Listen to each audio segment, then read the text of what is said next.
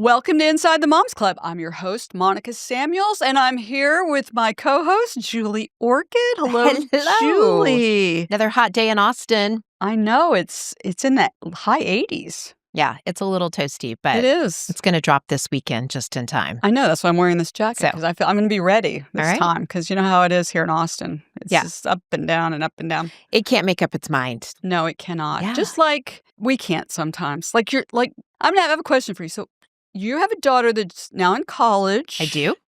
And you're an empty nester. This is my second child going off to college. Right. So I am an empty nester. And so loving it.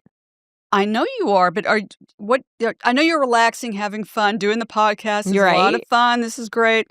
Do you have any other plans? Like career-wise, you've been a nurse, an account executive. I have been. What A else? mom. A mom. Oh, yeah, Yeah. that's very important. Here on the Moms Club, we put that's of high value. Right. So you've done all of those things. I've done a What lot are of you things. going to do next? I What's don't your know. next? 'Cause I wrote a that's book, the Comeback thing. Moms, and we talked about, when moms take time off to take care, raise the kids, like how do they stay plugged back in? Right. What's their next act going to be? I mean, this question kind of makes me sweat a little bit because I have to say it's something I think about all the time. And I have so many questions about it. But when I was younger, they 100% told me that I needed to be a funeral director. A funeral director? Who told you that? That one of those tests that you do, they're like, this is, what it came out to be. And then I was like, I don't know that's... And what was it about you that they listen, thought? it's a lucrative business because It really I'm is. just going to say that would have been... Chase, one of his fraternity brothers, they own 2 funeral homes in Little Rock. Right. Their motto is, we put the fun in funeral. I mean, they were kind of this fun family. I mean, it's like you weren't expecting that was... So I never really looked at it like that. But, I mean, as far as that goes, I never looked at myself as this widely empathetic person. I'm working on it. But, yeah, funeral director. And I don't think you would have picked that job for me either. No, I would not have picked that for you. No. Yeah, I don't know. That came out of the blue. I wasn't expecting that. For sure. My family still giggles about that for sure. But anyway, I don't know what this was kind of like my next chapter. I have loved every second of podcasting with you over the last 4 years. It's been something that I've learned an enormous amount about and that we've gotten to interview so many people. And it has been really true joy.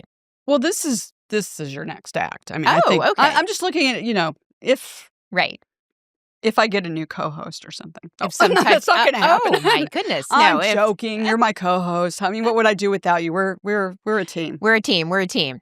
For sure. But it's always good to have other ideas about what else you might want to be doing. Did you circle back to what you were originally doing? Me? Yeah. Oh yeah. No, what I did. So I started out when I was a kid. I was in high school. I was a journalism person. I was the editor of my school paper. I wrote a funny article. There you go. That won a statewide award for best column. Yeah. In the state of Texas. And then I went to college and pivoted I went into law school, went to law. Then I did some, politics and stuff. So you're back to writing. And now I'm back to what I did to start out with, and I absolutely love it. So, you can go full circle, and, that's all of that. Oh. So, hopefully somebody can teach me something I have somebody about here this. that's going to be perfect for you, and I hope that it turns out that she thinks that, that after... I have many questions. I'll try not to turn it into a therapy session for myself. Okay. Well, I will kick you here under the table if I think that's about to happen. We're thrilled to have with us today the co-founder of YouScience, the nation's leading aptitude-based career discovery platform. She is the co-author of Your Hidden Genius, the science-backed strategy to uncover and harnessing your innate talents. A TED Talk, a TEDx Nashville speaker, and trusted voice on the future of work. She helps people understand their innate abilities, which are so important today in a world where AI is just taking over careers and education and everything else. Please welcome Betsy Wills. Betsy, welcome to the Moms Club. Great to see you, Monica. Hey, Julie. Hey. Wonderful to be here. Yeah, we're so thrilled that you're here. So Betsy was kind enough to allow me to take the aptitude test that they give with YouScience. Yes. So I could see what my aptitudes were. Okay. And find my hidden genius, I hope. And I So think we will. many. Well, tell me. So first of all, before I share what happened in my case, tell us, what is your hidden genius? What are we looking for when we're looking for our hidden genius? Well, that's a great question. The truth of the matter is we all have hidden genius. School tends to beat it out of us pretty early because school celebrates about 2 out of 52 aptitudes. Okay. And Oh. this is what's so hidden. People do not realize because it hasn't been talked about before just recently. But your hidden genius are basically your innate abilities, the things you're born with, just like being left-handed or right-handed. We have so many different abilities that, we notice as parents, of course. You might have a child with a musical ability, and it's very clear early on, or they may have artistic ability. But there truly are 52 that you can measure scientifically. And that's the exciting thing about modern career guidance. That's fascinating. That is great. And so I took their test. Yeah. And it was exactly what Betsy said it was going to be. She said some of these things you're going to whiz right through and think they're great, and others you're going to want to throw your computer right through the wall. Right. And I have to say... Was there a math problem on this? See, you know me very well. I was kind of guessing. Yeah, but there you go. See? Yeah, that would do it for me. That's how well you know me. Yes. The minute a number appeared on the screen, I was like, oh, this is... Oh, boy. And then there was another test where you fold over in your mind. It's spatial sort of thing. Fold over paper. Like origami, like? Yeah. Well, except there's holes in it, and you're trying to match up the holes. Oh, boy. Okay. And I know, I was sort of like... Yeah. But then others I just loved. There was, taking words and showing what sequential order they should go in. And I was like, okay. I thought I certainly got 100 on that. Of course that was my favorite thing. Exactly. Well, it's really a lot like games because what we're looking at are these knacks that people have. And some people truly do have a knack for, say, remembering phone numbers, or they can remember their license plate number, which comes in handy if you're parking and you have to pay for that. But there's really over 52 that you can measure, and not all of them are created equal. So, just because you can remember a phone number, it may not help you that much in your career, but there are several that do. And that's the beauty of understanding them, is they're really the seeds of our skills, not the skills themselves. Gotcha. So we're looking at what you're born with. So, Betsy, if you heard the beginning of this about, what they told me I was going to be or what I should shoot for or whatever. Yes. Yep. So mine was Forest Ranger. Oh, by the of way. course. Of course it was. Yeah. I'll wear heels. I don't even wear, boots very You look often. good in a hat. I look good in a black suit. That's the way. Yeah.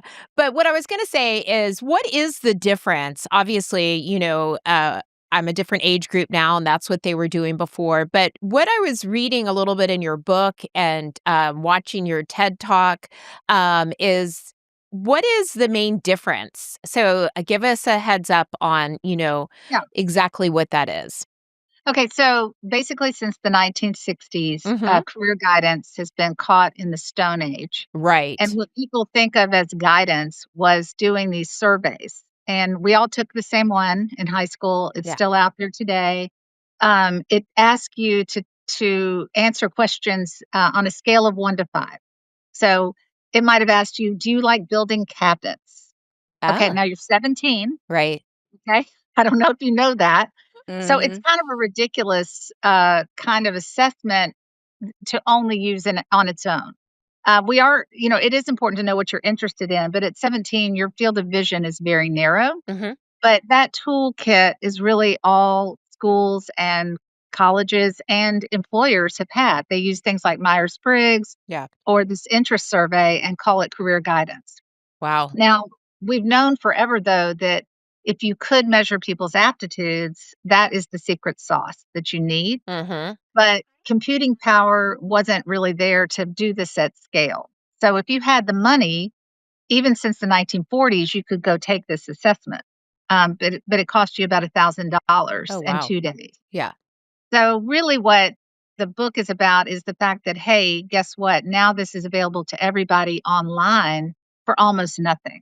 So it's included actually in the book, but you can go buy it online for $49, or if you buy my book, it's $16. Yeah. But it's all the same assessment that has been current, in time $1,000 to take. It's a really researched psychometric assessment that can tell you truly what your natural abilities are. And so that's the exciting thing. We're in a new day. Just like medicine or dating, better data, better outcomes. Totally. That's where, I'm going to let the AI people do my dating for me. And then they can come to me and bring me exactly what they find. Make few friends for you and everything. Exactly. So when you take the test when you're 17, your aptitude test, does your aptitude ever change? Like if I took one when I was younger and it says so it's always the same. So if I took it then at an aptitude test and it said, this is what you're good at. Yeah, that's the beauty of it. Our aptitudes start emerging when we're about 2. So wow. You are all moms. We all notice certain things about our children early. But as we get older and approach puberty, other aptitudes show up as well. Mm-hmm. And by the time we're 17, they're fixed. And again, we're not talking about what you've learned. We're talking about innate abilities. Right. And so they can always be developed if you're 27, 37, 107. But your scores will always be the same when you take these assessments because we're just measuring your baseline. So the thing that you marry with this are, of course, your interests. Because what I might be really good at, what if I have no interest in it? Or what if I'm interested in opera music, but I can't carry a tune to save my life? So how do you? So when you're doing this entire analysis to decide what should I be doing, you look at the aptitude, and then you look at the interest, and you figure out where they do meet. Is that I'm getting that? And really, Monica, what we're looking for as well, the third part of that intersecting wheel is what the world will pay you to do. Oh, true. Okay. Yes, you got to be paid, Monica. Oh, yes. There's that part. Otherwise, you can have all the interest in the world in playing the piano, and you can also have the aptitude, but you may or may not be paid for that. So that's called a hobby. And those are super important. Hobbies are hugely important. So it reveals that as well. But when you're looking for a job, you do want to find that intersection of your aptitudes plus your interest and what the world will pay you to do. Because honestly, we all want our children and ourselves to sleep indoors, preferably, rather than outdoors. Unless they're a forest ranger, yes. Yeah, well, forest ranger, exactly. So I have a question. Why? Okay, no shade on my parents, but it was always before, like, you need to find a job, and this was kind of beat into you. We don't care if you like the job. It's a job. And so I definitely want to do I have 2 daughters, and I want them to obviously not live at home, AKA be paid, but I want them also to be happy. Life is too short to do something that's just a job. Why aren't we teaching this more in schools? Why are we knocking out? You're smiling because you're like, I have a great answer. But why is this not more common as we develop? Well, I think there's been a missed message of follow your passion. And that is really what you're saying. You want them to be happy, of course. But really the message is bring passion to your work. And what aptitudes help you identify are the things that feel most satisfying and easy for you. And that is going to be, that's the important step we need to be understanding prior to willy-nilly just picking a career because, maybe we watched LA Law or Law and Order. So we go to law school or, there's a lot of things that influence our choices. And, parents want to tell their children, they want to fix it early. Sure. Okay. We tend to just want to get it all straight so that they're safe. But the main thing we need to be doing is really encouraging exploration and really encouraging exploration that align with your aptitudes. Oh, yeah. I think when we were growing up too, I mean, there was an emphasis of we don't want you sleeping on the street sort of thing. Of course. So for me, I know, and I've told this story before, but when I was really young, I wanted to be an actress because I was good at it. Right. And then they were like, "Well, You are good at it. you'll be poor. We don't want to do that." And then and I wanted to be a You history got that professor, message. Mhm. and I was excited about that. Like, well, you'll be poor, but we think that's great. And I'm like, I don't want to be poor. And then a journalist, and it was like, well, you'll be poor. It wasn't until I got to be open to go to law school that they were encouraging They were about encouraging. it. And I think my aptitude test did show that it's not like I don't have aptitude to be an attorney.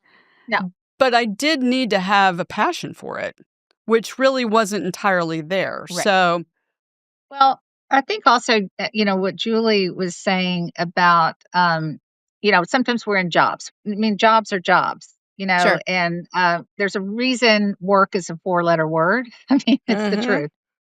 But a lot of times our unhappiness or dissatisfaction with our jobs is because we aren't honoring some aptitudes that need to be taken out for a run.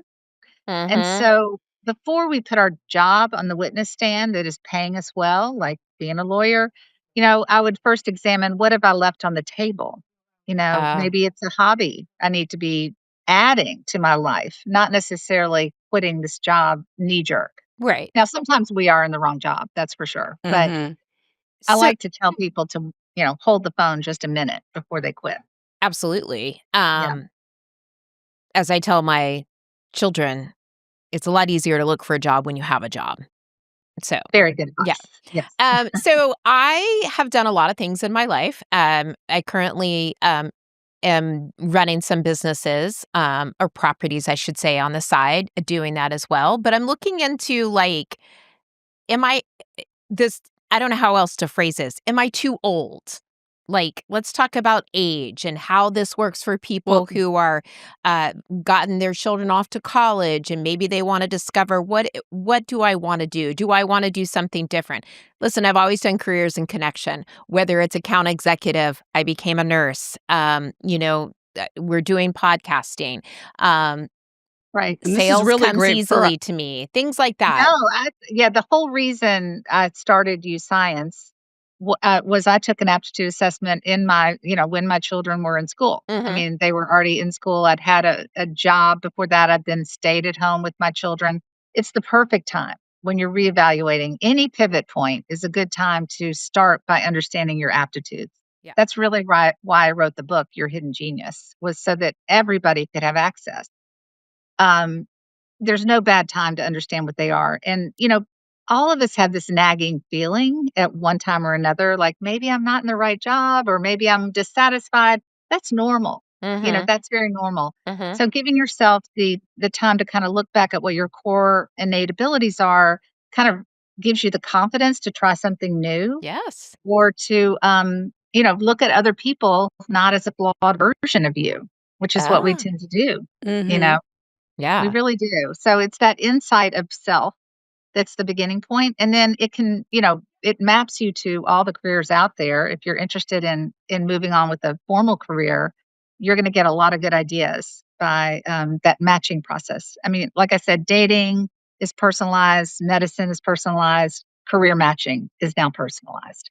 And that's really exciting when you, for our children, I think Right. we still do it. There's the AIMS test too. I mean, they do the same thing, I think, although It's they charge exact same test, you but $1,000. Yeah. Yeah.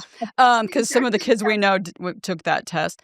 So it's Yeah, good to it's help. great. I love it. Yeah. It's good to help them, or YouScience, to do the test that you have to decide what they want to major in and what they might want to do. But I'm excited about it for our moms out there who are just in your position, or they're ready to, what's my next act going to be? Right. I think this is great for them. I mean, my daughter doesn't know what's coming her way at Christmas and Thanksgiving, or Thanksgiving and Christmas testing as a freshman. Neither does my son. Yeah. My son is going to take this aptitude test. Yeah, we'll find And out. I think it will help him because he came to us recently and he said, I'm glad I had this finance degree and I'm in this big analyst position, but I really think I should be a personal trainer.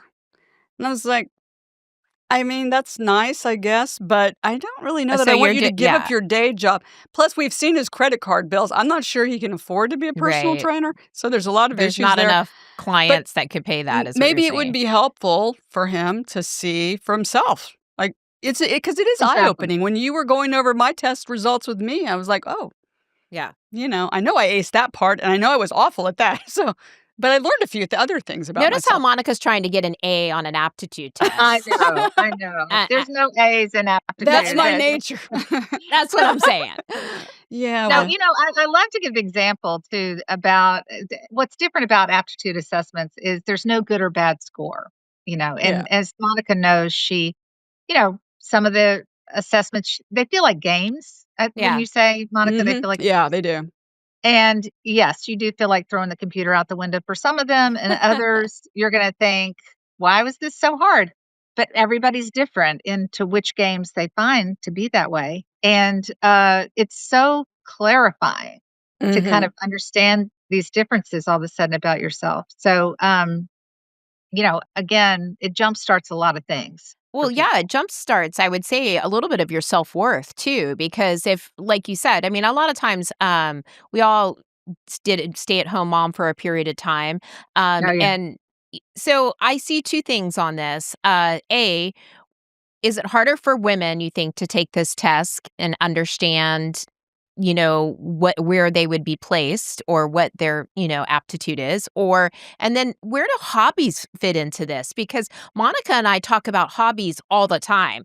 I mean, Sure. and what we would be good at, what would we enjoy? And I have no idea why I struggle with a hobby, Huh. but I do. Well, there's a lot of people, yeah, my husband has no hobbies. Wow. Yeah, Okay. Well, we got to really. work on that. Yeah. Well, no, yeah, shopping is if that's counted as a That's hobby, he counted has as a that, hobby, but other yeah. than that.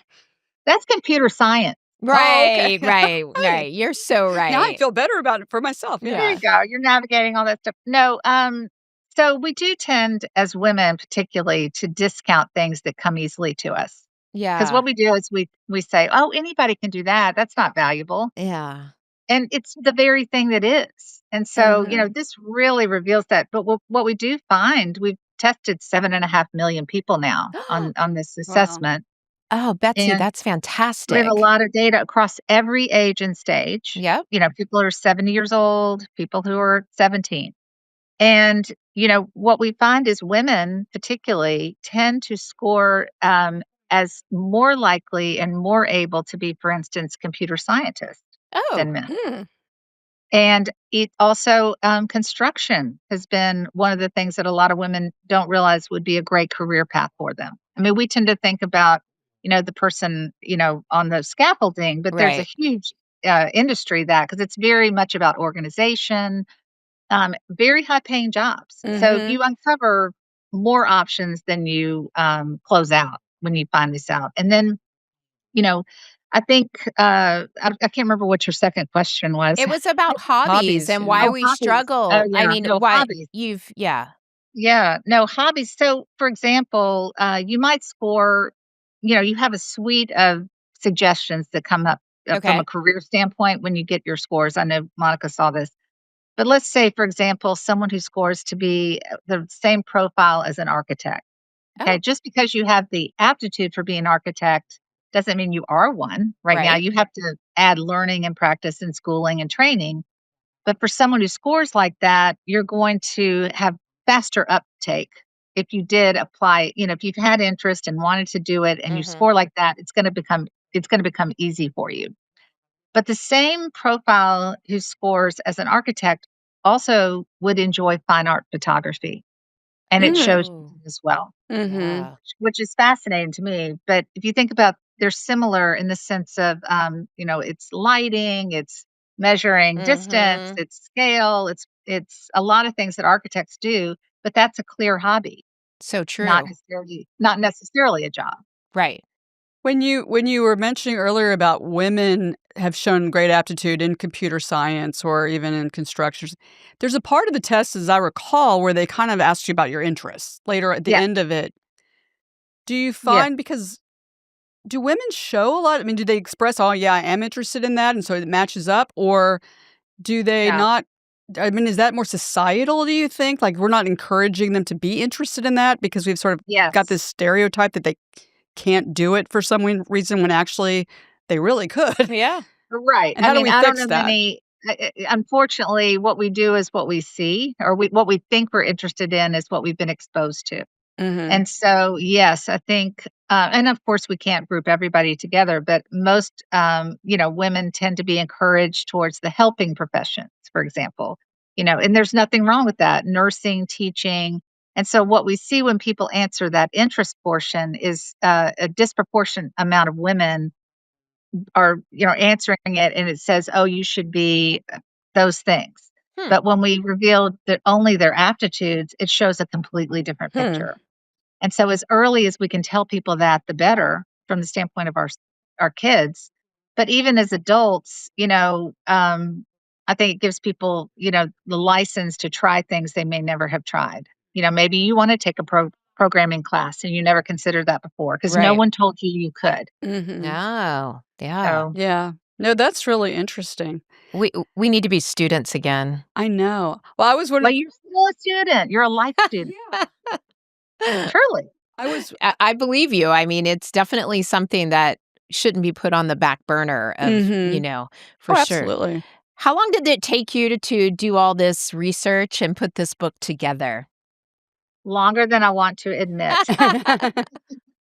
No, well, the company started in 2010, Yeah. and but we did not come up with this assessment ourselves. As Monica said, Yeah. AIM is out there. There's something called Johnson O'Connor, and you can't just make up an aptitude test. It's not my little aptitude test. Right. We actually bought the assessment that has been researched since the 1940s, and all we did was we bought it. I mean, we brought it into an online environment to make it accessible and democratize it so everyone could access it. And then we worked with the US government. There's something called ONET that they've built that maps every job out there. I mean, hundreds of thousands of jobs. And they've been mapping people's aptitudes since the 1960s. But unless I have your data, I can't really do that match. And so now we can. Hmm. So cool. Do you have So it's a new day. Do you have a favorite story that you can share of someone who's taken this and has come back and reported, "Oh, Yeah. I'm Well, now Yeah, now I'm now a brigadier general, and Yeah. who knew that there was gonna happen?" we have so many. I mean, from, a young woman who came to see me who actually took it in 2012 and came into my office because I was working at a financial firm with her. And she said, you're the person who, is part of YouScience. I took it 10 years ago, and that's why I'm an accountant. Oh, That's wow. Oh, the woman. She wow. goes, I never thought I would ever do that. And it revealed that that was an option for me, and I pursued it. And I'm so happy. But my real apocryphal story is I had a woman come to me whose parents had always told her she should be a veterinarian Mm. because she loved animals. And this is what we do, Yeah, we've she heard this. loved animals. She had a potbelly pig. Sure. She had cats, dogs, everything. She had every stuffed animal. Remember that scene in E.T. where Everything in the Yeah. closet and Drew Barrymore's in the yeah, yeah, closet? yeah, Yeah, she yeah, was yeah. like that. And she was a good student. And so her parents were like, you should be a vet. And so all through high school, she studied really hard. She got into veterinary school because she was just chasing this thing that her parents told her she should do. And she was a good student, so why not? And she gets to her second year of veterinary school Mhm. and she is miserable. And she comes to Mm. me and she said, I love animals. That's true. But I really don't like sick animals. Oh, Mm. And I yeah. never considered that before. Right. Isn't it Now, funny? Yeah. yeah, that's what happens. Yeah. We just march along with whatever we're told in a lot of ways. And so this is, like a clean look. Now she's a sound engineer, super successful as that, Wow. and had the Yeah. courage to pivot, which is great. Yeah. That Yeah. does take a lot of courage when people Yeah. are squawking in your ear about what you should be doing. Mhm. So is this where the burnout comes in when people aren't following, you know what I mean? Like Yeah. discovering aptitude and eh, Burnout is typically where you are basically going through life using your non-dominant hand, right? oh my God. You're in a job where every day is just taking too much effort, honestly, or you're main activities are things that really don't align with your innate abilities. And so you get worn out. And so, yeah, burnout's very real. And, sometimes it's boredom, sometimes it's burnout. It could be either very easily. But I do think before one, pulls the ripcord or puts their job on the witness stand as the problem, it's a good idea to just see if there's something you could be doing that would give you more joy that's aligned to your aptitude, even if you're not paid for it. And then if you're completely miserable, of course, you need to Yeah. What adjust. if you and I know some friends that are in the situation where their kids are studying like engineering and they're struggling mightily, but they say they like it, but it Okay. may not be what they're good at and able to. I mean, should a Yeah. mom encourage their kid? You know what? Maybe I'm not going to put the pressure on you to be an engineer Yeah. if it's Well, that much of a struggle. sometimes those degrees, though, like engineering, even law, are training you how to think a certain way. It doesn't Yeah. mean you're absolutely going to be working as an engineer your entire life. And so, I'm a fan of these like learn a skill kind of majors if you can, because you'll find a way to kind of adjust it. I think, as you said, life is long, Yeah. and acquiring skills at the younger ages is really helpful to give you a foot in the door to something and then keep adjusting. So, every situation's different, but, I mean, if they're failing, it's probably not a fit. But Yeah. if they're just working really hard, And you know, I good would for agree with them. that. Well, we have some moms who would like to ask you some questions, Okay. and they are our Zoomer moms, which we would like to give Yes. special thanks to our sponsor, Woodlock Resort, for helping make the Zoomer Mom episode possible. That's They right. have 67 years of heartfelt hospitality Ooh. and 3 amazing properties, including one of the top destination spas and family resorts in the U.S. Woodlock is truly where tradition meets tranquility. If you would like to book your Woodlock getaway, you can at woodlock.com. Yes, I would. And with that, we want to introduce our Zoomer moms. Welcome, Zoomer moms. Welcome to the Hello. Moms Club. Ladies, I'm going to introduce each one of you. I want you to tell us where you're from, a little bit about yourself, and do you have a question for Betsy? Marge, welcome to the Moms Club. Thank you. Thank you. I'm Marge Chatterjee. I'm from Western New York originally. I've lived all over the country. I'm very blessed to be married to my soulmate for 40 years, and we have a 34-year-old son. My husband is from India, so we've been able to travel as well, which has been a real joy. And I've had a lot of jobs and careers in my lifetime. I was Ronald McDonald's road manager in the late 1980s. I in love it. California. That is not what I expected to say. I love that. Go ahead. I love it. In 2001, when we lived in Connecticut, I was placed as a paraprofessional in a second grade classroom, and I finally figured out what I wanted to be when I grew up. Yeah. So I became a teacher. Oh. So, and now I am transitioning into retirement. So you said a lot of interesting things. Great. Do you have It's supposed to touch you. Do you have a question that you'd like to I ask do. Betsy? I have a question. How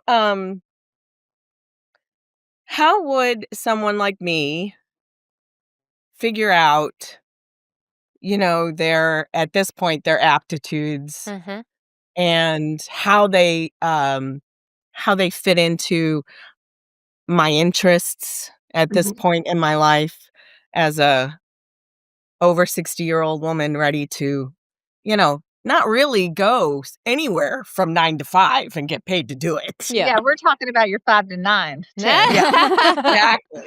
Yeah, no, I love your question because I get this all the time, and that is truly why I wrote the book is for you. And I mean, for everyone post 25, this works. And in the book, we talk about a woman actually who managed the Goodyear blimp. Oh, Oh, wow. God. That's so cool. But That's I cool. wish I'd known you. I would have put you in the book. Ronald McDonald. That would have been a tough call. Which one I would have put in there? But no, your aptitudes don't change. And my guess is again, you would learn that you have a very strong idea rate when you take this assessment, which is literally a lot of teachers have that. Writers have this. Journalists have this. Bloggers have this. Trainers have this, mentors have this. That would be one guess of the 52 aptitudes you might be assessed on. So it would give you a lot of ideas of how you could use these skills that you've clearly honed and find new ways around it. 60 is so not over. Okay, that's number one.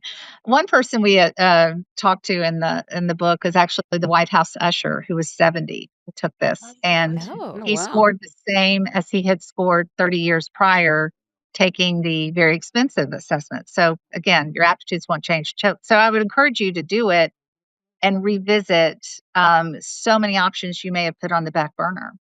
And I'm going to also send you a little booklet I made of hobbies that align to each aptitude. So I'll send that to you. Cool. Oh, that's great. Oh, that's awesome. And then if you pick up a copy of Your Hidden Genius, you can take the test.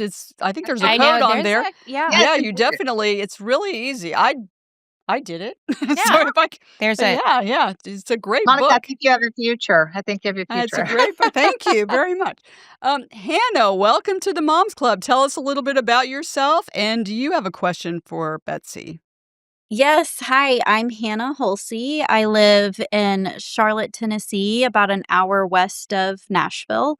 I have had a lot of career changes in my life. I was in the military straight out of high school and then left to become a midwife and did out of hospital birth for a while until there's different midwives. It's a whole thing. But I'm back in school now for nurse midwifery. Finished my nursing degree and now I'm in school to be a nurse midwife with a dream of owning a birth center one day. So I feel like being a business owner really calls to me. I would have loved a test like this to guide that, and maybe I would have landed here sooner, but I found that later. My question revolves around my own kids. I have 3 of them. I have a 4-year-old, a 12-year-old son who I have told should be a veterinarian his whole life, which is really funny. Could be. Make sure he likes sick animals. Okay. Good question, because now I'm wondering for him and my 16-year-old, is it too soon to have them do an aptitude test, or is this something that we wait a little longer for? Yeah, I really recommend they do sort of a younger version of this when you're 12 in the school systems now. About 25% of all U.S. high schools use this now. But really, your aptitudes are not fixed until you've gone through puberty. So it is dependent on how maybe mature or ready the person can be. I mean, some boys, for example, they need to be 25. I think not every boy, but no, we recommend it really at about 16, 17 years old because that is the critical time where, boy, the choices are expensive going forward. And, you really need to have at least some general idea and direction so you don't make a huge misstep. I love the idea that you're back in nurse midwifery school. I love that so much. I think I read, I'm from Tennessee too, that 5 people in the Vanderbilt class of 100 in medical school are over 50 right now. Oh, And that's great. so, again, there's different zigs and zags we take that bring us to where we are, and there's probably a pattern of your life that has led you to this, and it will relate to your aptitudes. Yeah. So I look forward super encouraging. That's to great. learning things. Yeah. Chelsea, welcome to the Moms Club. Tell us a little bit about yourself, where you're from, and do you have a question for Betsy? Yes, hi. I'm Chelsea. I'm here from Austin, Texas. I have 4 little ones. Oh. I have been a hairstylist my whole life. When I was little, I remember cutting my Barbie's hair and I would make I would get Kool-Aid and make paste and like highlight my Barbie's hair. So I'm very lucky that my job's never really felt like work to me, and there's a lot of, different ways that I can go. But my question is about my kiddos also. My son, who he's very gifted. He's very naturally gifted with sports. And I kind of struggle between how to, you know, make sure that school and something that he can actually go on to a career with isn't overshadowed by playing sports, Yeah. and how to kind of make sure that sports stay as kind of more of a hobby and fun, and then he doesn't really like school, doesn't like to learn, it's just sports balls. Yeah, my guess, number one, is I mean, again, there's 52 aptitudes, but my guess is for sure he's probably a 3D visualizer, which is that, paper folding exercise that menaces so many people, but for him, it's probably very easy. We do find a lot of people who aren't as big fans of the lecture in school. They more like the lab, or they like the hands-on something. They tend to be 3D visualizers, and that's a huge gift. And what you want to do is, of course, explore different ways he's going to be able to use that. And I would recommend taking this assessment because it'll open his mind to those options. But also, I'd say, kids that are doing sports at a level like you're discussing or really loving it, that is such a great discipline that carries over, of course, to other things in their life, that commitment, that focus. So you want to talk to him also about how that's so amazing that he has those aspects of it. It's not just about winning or playing. It's about these other lessons that he's getting from doing it. And I wouldn't worry about him a bit. I just make sure he stays in school, because it'll broaden his options going forward. But yeah, I think he'll discover a lot in this assessment of other things that he could be doing outside of the classroom that will pay him eventually and will be educational opportunities for him that he just may not realize. Yeah, that's true. Awesome. That's great. I mean, I have to say that most people who probably read your book, take the test, don't feel as lost any longer about whether it's in the career or what they're going to do next. I mean, Marge and I might start a group together, but I'm just saying, what we're going to do next. But I'm just saying in general, I mean, I think that's a normal feeling for a lot of people who have maybe stepped away from what they were doing to do something else and are now looking for the next thing. Yeah, it's totally normal. And having an objective view of yourself, people don't give themselves that. We're sort of lost and thinking we have to figure this out on our own, and you don't. Right. You don't. There's lots of these are the types of resources to start the journey with again, and just be encouraged. There's, life is long and it's exciting. Well, I'm excited that you have this book available to everyone, and I can't this wait. test. And where can we find it? We have the book here. Yes, show Your Hidden everyone the Genius, book which again. is an amazing, as Good we say on the Moms Club colors. book. Where Thank can you. we find the book, Yes, I love and it. where can we find you on social media? And so everybody knows, to take the online test and then they can do all this online as well. Well, you've got the book there, and I'd love for you to hold it up. On the back, there's Yeah. a sticker, and every book includes a code to go online and take the assessment. You start at yourhiddengenius.com, and Nice. it'll get you right into the assessment. But you, of course, can purchase the book anywhere books are sold, Amazon, etc. And my personal, social is just Betsy Wills on Instagram. But I would say go to the website, yourhiddengenius.com, and it'll open your mind to there's lots of resources, like for your hobbies, what to do with your scores, how to use your scores to write your own LinkedIn profile, to redo your resume. I mean, all that stuff is there. So, Wow, fascinating. Thank you so much, Betsy. This has been great, and I can't wait for Julie to take her aptitude test, because who knows? Maybe we'll start a funeral home together. I mean, who I don't know. knows? Maybe that's where maybe they were right a long time ago. Maybe that's what you should be doing. we're going to have the best, most fun funeral home out She there. will. She will. You can even steal that little motto from the people in Little Rock. That's actually kind of cute. It is kind of cute. Anyway, I like it. Thank you so much, Betsy, and thank you, Zoomer moms. Thank you so much. You all asked amazing questions. It was great. And we also want to thank our sponsors. This Woodlock Resort is amazing. It's the #1 best all-inclusive resort in 2025. Maybe we could do like a girls' getaway. That would be...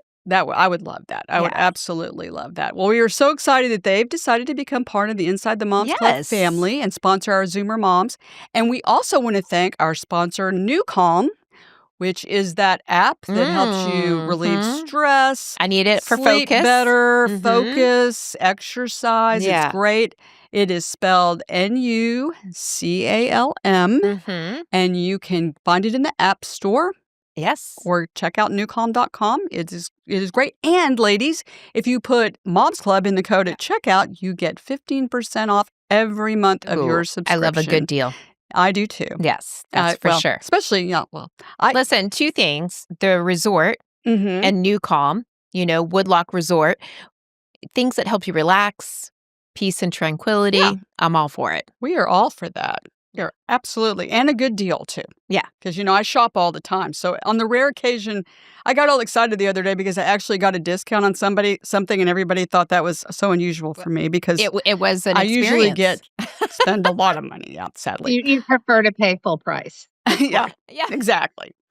Don't worry, those people will find you. They will find me. They will. Well, thank you so much, ladies. And I can't believe the time has passed so fast. It always does. And sadly, this was so much fun. I'm super excited about digging in further to this book. Well, Julie, I'm going to gift you, since I got to take the test without. I've got my sticker here on the back. I hope I'm not cheating Betsy out of a sale here, but you take that test. Don't you worry. Right ahead. Thank you, Betsy. You're welcome.